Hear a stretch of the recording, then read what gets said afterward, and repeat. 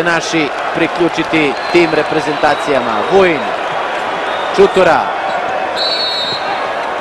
Šteta, prolazi vreme, moramo da rešimo ovaj napad. Ilić. Prečka, lopta pripada Landinu. Pokušao Ilić, jednostavno morao je neko da šutira. Promašio je i sada Danci imaju veliku šansu. Minut i 5 sekundi do kraja. Lindberg. Spelerbeck. Lauge. Mogesen. Koliko će Norvežani tolerisati ovaj napad? Lauge. Prekršaj.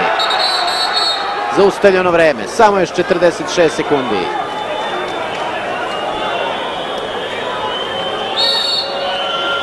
Hansen. Spelerbeck. Lindberg. Nema prekršaja, neaktivni napad. Stojković sa loptom. Nikčević je potpuno sam. Vujin, kakva lopta Prodanovića. I ovo će verovatno biti kraj. Mikael Hansen. Pogodak Hansena za drugu titulu danske reprezentacije na evropskim šampionatima. Bila ovo posljednja šansa, Stojković jednostavno nije video Nikčevića i Danci su, eto, iz potpuno izgubljene situacije došli do zlatne medalje, ali sve čestitke i ovim momcima. Evo čujete skandiranje naših navijača.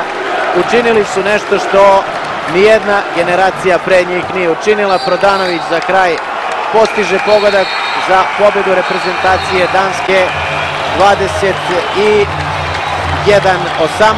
Zaslužena pobeda Danaca. Bili su za nijansu bolji.